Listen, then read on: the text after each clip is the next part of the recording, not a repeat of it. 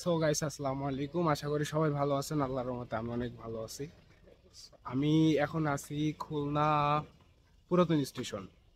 আহ, খুলনা পুরাতন স্টেশন বলে এটারে। আমি আপনাদেরকে একটু দেখাই পুরো।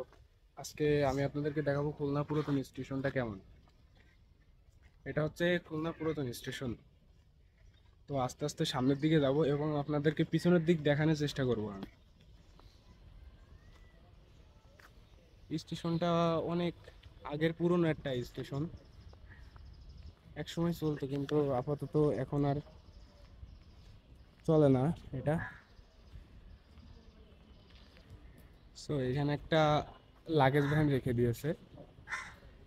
আপাতত এখানে কোনো, এই স্টেশনে কোনো কাজের না।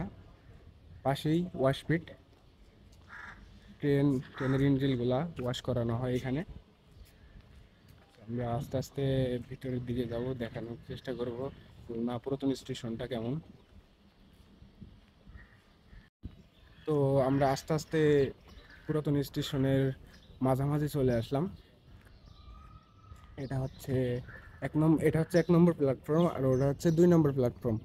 আর পাশে যেটা দেখতে পাচ্ছেন ওটা হচ্ছে ওয়াশপিট।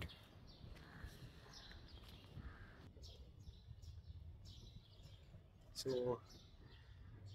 গরমে হাফ শেষ বললেই চলে।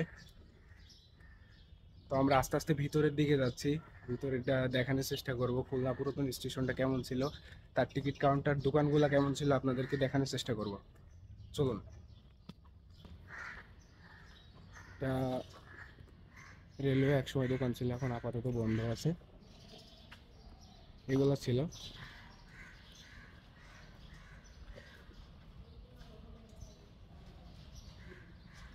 আপাতত এগুলা বন্ধ হয়ে গেছে।